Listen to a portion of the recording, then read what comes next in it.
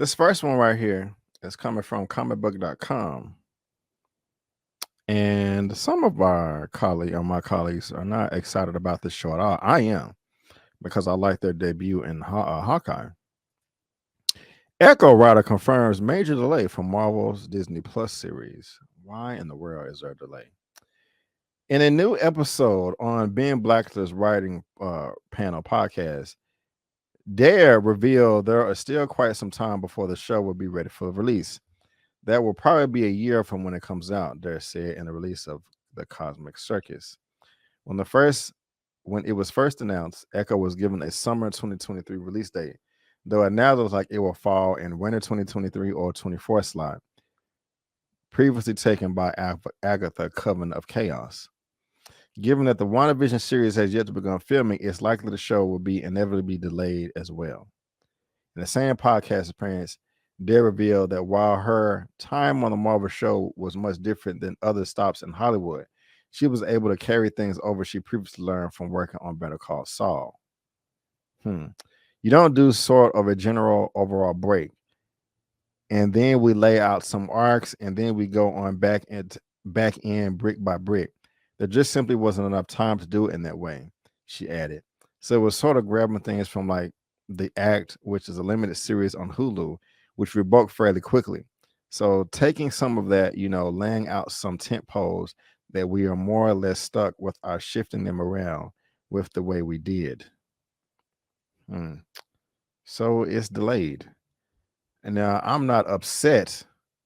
Well, I mean, I want to see it, but I'm not upset. We'll see it eventually. But are y'all disappointed that Echo is being delayed a little bit? No? But y'all like her in Hawkeye? I did. I forgot. I can't remember what Eman said. OneTakeBigDog, Larry, or Lamont. I know Elliot didn't care for it, but you like it, Mara? You said it was a thumbs up. Hopefully, yes. But we'll see. I'm ready for Phase 5. But y'all let me know about that. What y'all think of that? Now, we also got this right here, which may get you a little bit excited. I don't know. You tell me. But Hugh Jackman confirms Deadpool 3 we're going to be using a time travel device. Now, you can do anything with time travel. This is coming from direct.com. As part of a recent interview, Deadpool 3 star Hugh Jackman revealed the upcoming Marvel threequel will utilize time travel to make its story move along. Excuse me. Jackman, better known as Wolverine from the Fox X-Men franchise, announced his return to role after many thought it was his last time wielding the claws in 2017's Logan. The upcoming Ryan Reynolds and Hugh Jackman-led comedy has been described as the ultimate Marvel icon meets the ultimate Marvel iconoclast, unfolding a riff on a classic buddy cop films like Lethal Weapon and Rush Hour.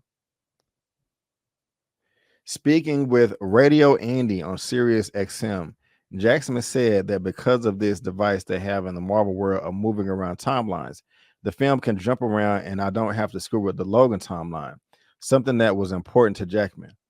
But then I just put it aside and I was like, no, I'm done. And then we made Logan and I'm super happy with it. But all because of this device they have in the Marvel world of moving around timelines, now we can go back because it's science. And so I don't have to screw with Logan timeline, which was important to me. I think probably the fans too.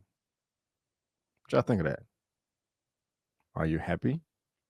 The actor also went on into what brought back the character of Wolverine, noting that he was going to be done after Logan. However, upon seeing Deadpool, all that he can see was Nick Nolte and Eddie Murphy in 48 Hours, and he knew that this kind of dynamic audience hadn't had before. If I'm really honest, I'd announced Logan was my last, and then I went to see Deadpool movie, and I was 20 minutes in. I was like, curses. All that I could see that whole movie was the first. I love the movie, but all I could see was Nick Nolte and Eddie Murphy in 48 Hours. And I was like, this is something I haven't done with the character. That's kind of a dynamic we haven't done before. Then it just kind of goes on to how time travel can play into Deadpool 3. I'm a fan of. Oh, are y'all excited about this? Said pass on Echo. No, I'm not upset about Echo. I don't mind an Echo delay.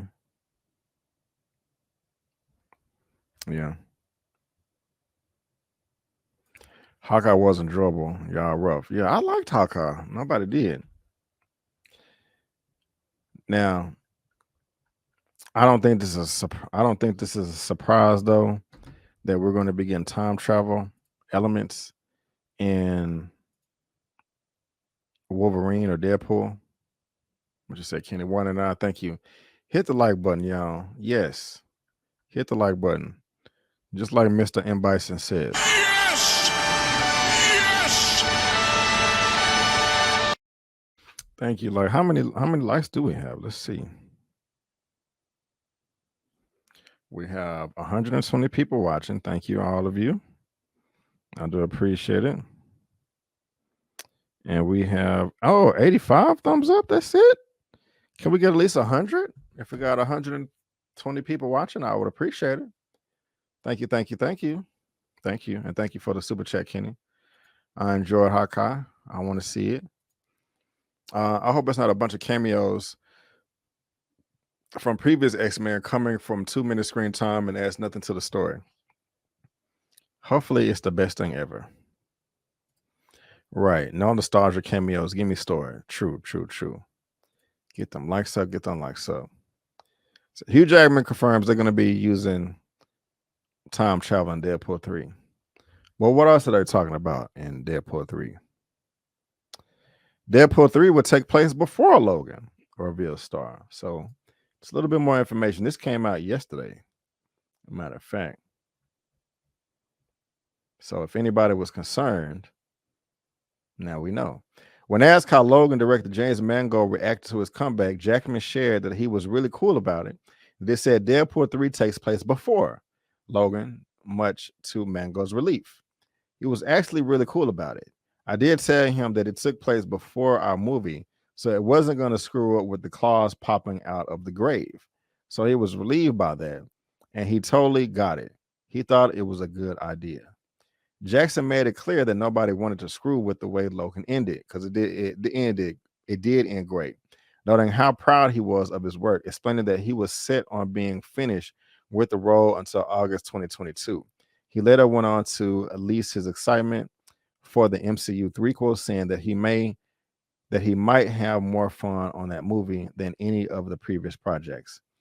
Jackman, none of us wanted to screw with that, and I was really proud of that movie and what we did, and it felt perfect.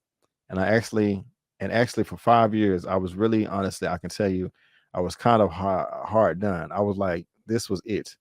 It was August 14th. I remember driving and just came to me like that. I thought this would be so much fun. I probably have more fun on that movie than anything I've ever done. What year? August 14th. Okay, so yeah, the movie will involve time travel, and it's going to take place before Logan. So that should be putting a lot of people's minds at ease. Now Echo, we just talked about that debuted on Hawkeye. I like it. I like Hawkeye. I'm looking forward to Echo, and of course we're gonna know that's gonna tie into Daredevil as well. And this is coming from Deadline. Charlie Cox says Disney Plus Daredevil Born Again likely won't be as gory as a Netflix series. I don't even have to read this, but I am perfectly fine with this. I am perfectly fine. I had faith in this new adaptation before we got the debut of the new Daredevil and She-Hulk series that came out a number of months ago. I was very, very satisfied with that. If we can, I'm happy. So if it's more of that, cool. I'm not complaining. Cox will be reprising his role. They said to me, we're going to be shooting in 2023. Cox said in an interview with N&M. I said, great win. They said all of 2023. I'll start shooting in February and finish in December. So this thing is 18 episodes. They're probably going to be shooting Echo at the same time. Who knows? I don't know the story, but it seems like that would make sense. Cox told the publication he's looking forward to playing the new version of the Matt Murdock character. This has to be a reincarnation. It has to be different, otherwise, why are they doing it?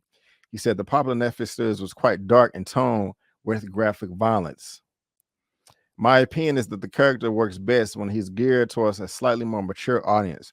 My instinct is that on Disney Plus, it will be dark, but probably won't be as gory. Cox said, for fans who are hoping for a more continuation of the previous series, Cox said, I would say to those people, we've done that. Let's take these things that really work, but we can broaden. Can we appeal to a slightly younger audience without losing what we learn about what works? I'll say yes. Again, I'm happy with this, guys. I'm fascinated to discover why they're chosen to do 18. He said, I'm imagining there's going to be an element to it that's like old school procedural show, not necessarily case of the week, but something. And I like that where we go really deep into Matt Murdock, the lawyer, and get to see what his life is like. If that's done right and he really gets his hands dirty with their world, I think something quite interesting about that, to spend a lot of time in a superhero day-to-day life, and you really earn their moments when he suits up.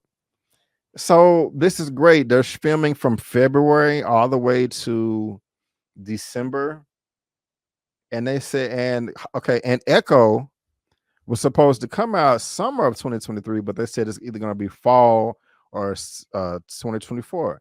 They're most likely going to be shooting Echo at the same time, because they already announced that they're going to be crossing over and all that stuff.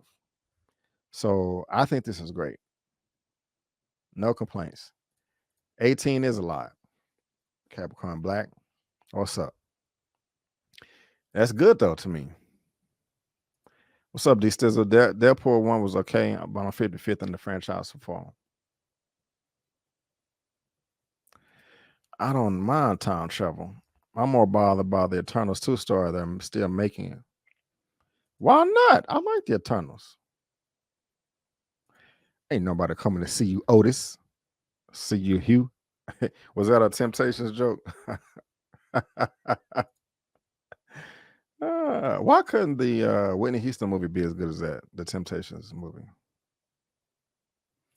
I didn't care for the previous Deadpool films. Deadpool 3 has to be really good to get me to watch. I ain't mad at you. Hey fam, I'm hearing Daredevil is not going to be as good as the first time around. What are we basing this off of? They haven't even started shooting yet.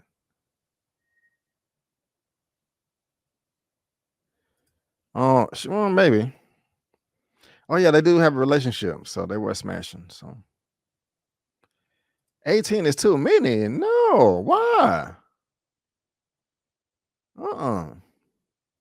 Y'all tripping talking about canceling shows.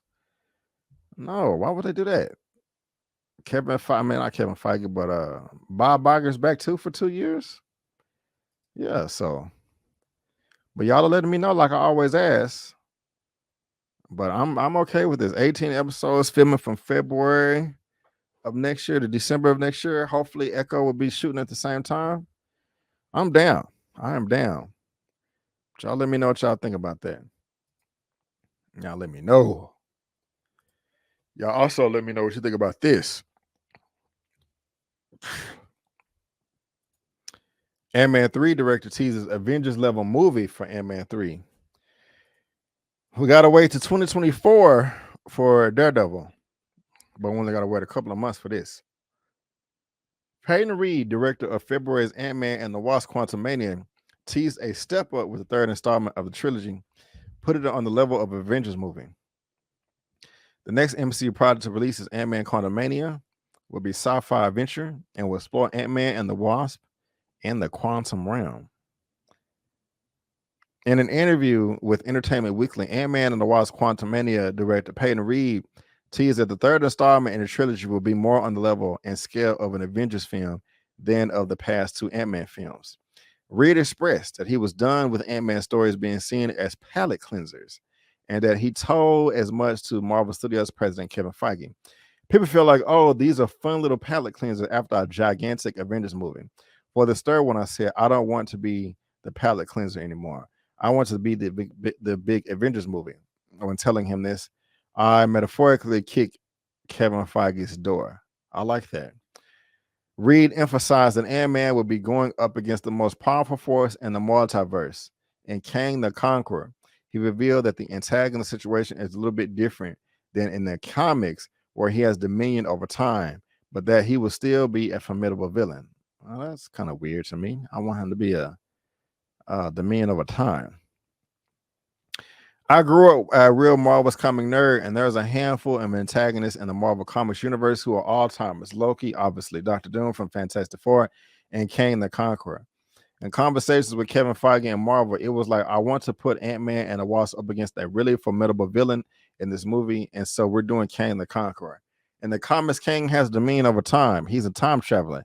His situation is a little bit different in this movie, which I won't spoil for you, but he's someone who, while we live very linear lives from childhood to death, Kang doesn't exist that way.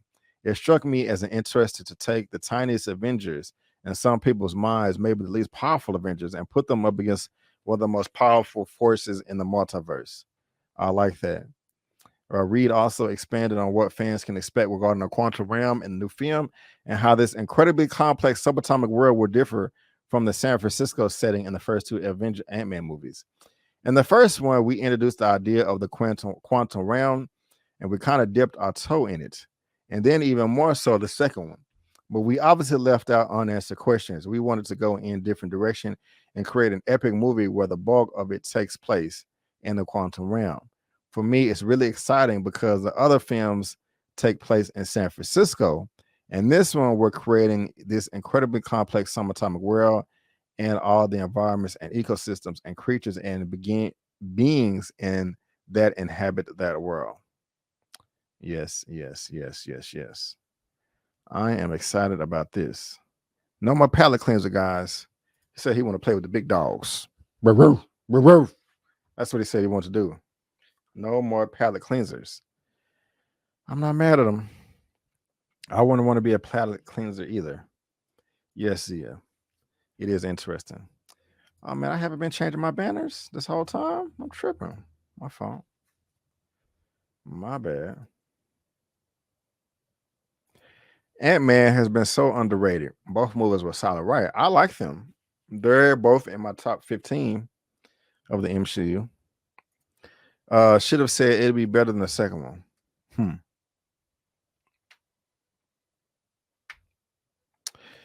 Going back to Daredevil, 18 episodes is plenty of room to bring in more street level heroes like Luke Cage, Misty Knight, etc. Right. Yeah, man. I'm looking forward to this Ant-Man.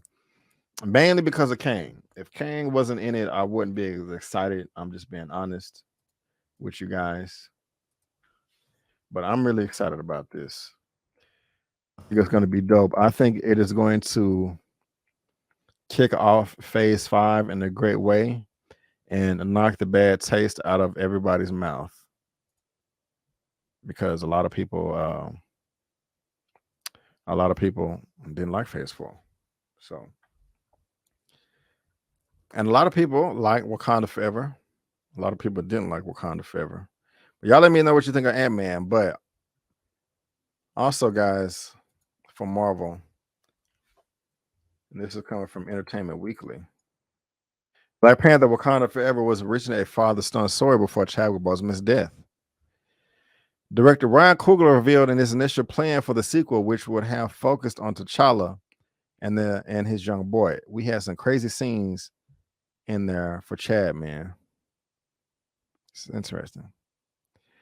And I don't know if I'm like excited to hear that, but director explained that this original version was absolutely nothing like the final film, and it would have picked up right after T'Challa 5-year disappearance in Avengers Endgame. While T'Challa was absent, his partner Nagier would have given birth to their son, Sant. In the script, T'Challa was a dad who had this forced 5-year absence from his son's life. Coogler told Times the first scene was an animated sequence. You hear Nagier talking to Sant. She says, "Tell me what you know about your father." You realize that he doesn't know his dad was the Black Panther. He's never met him. And the kid is married to a Haitian dude. Then we cut to reality, and it's the night that everybody comes back from the blip. You see T'Challa meet the kid for the first time. Damn. The script would then flash forward 3 years to trail T'Challa as he co-parents his now 8-year-old son. Namor, the villain played by Tanak Herta, would still have been the film's primary antagonist, but Coogler added that he and the CIA director Valentina Allegra de Fontaine, Julia Louis-Dreyfus, would have slightly different roles in the story. We had some crazy scenes in there for Chad, man, Coogler said. Our code name for the movie was Summer Break, and the movie was about a summer that the kid spends with his dad for his 8th birthday. They do a ritual where they go out into the bush and have to live off the land. But something happens and T'Challa has to go save the world with his son on his hip. Really? After Bosman's death, Coogler and Cole reworked the story to chronicle Shuri following her brother's footsteps as she takes on the mantle of Black Panther. The final cut of the film reintroduces T'Challa's son, played by. That is interesting right there. How y'all feel about that? It would have been interesting to see, but to be honest, I'm not in love with that script. And I'll tell you why after I take a sip of water.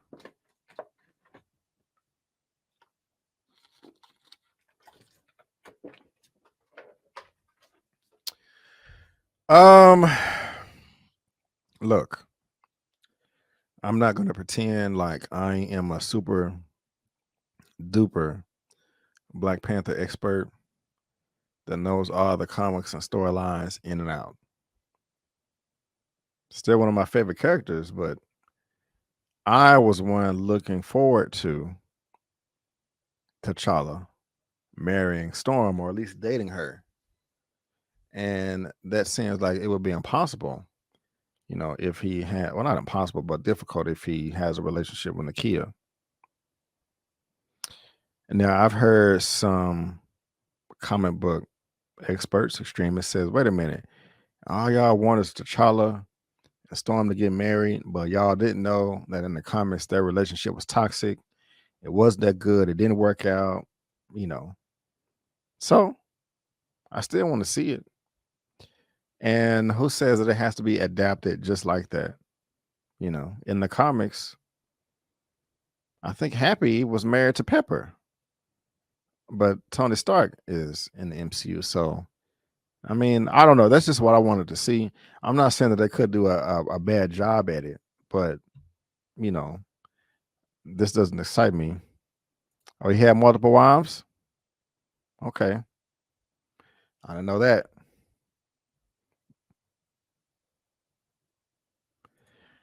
I'm really not.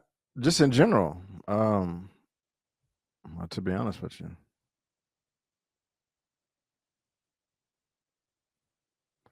Wow.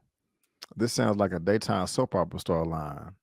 Days of Our Wakandan Lives. That's funny. Are they saying all this because of audience response to actual script? I don't know. I'm not sure. Man, they should have just recast T'Challa. He was one of the few strong Black men in the MCU. Right. I'm kind of like, why y'all keep talking about a script y'all went the complete opposite on? Nice point. Rubbing it in our face. Honestly, I don't know how I feel about the original plot for the movie. Yeah. Coogler planned to turn King Wakanda to co-parenter. That boy has some self-identity issues. It saddens me to think about what could have been, only to do a complete 180 to conflate real-life tragedy. Right. Not mad at that.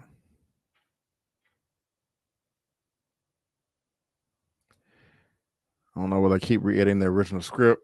They pumped the story and they are trying to save face, and it's weird.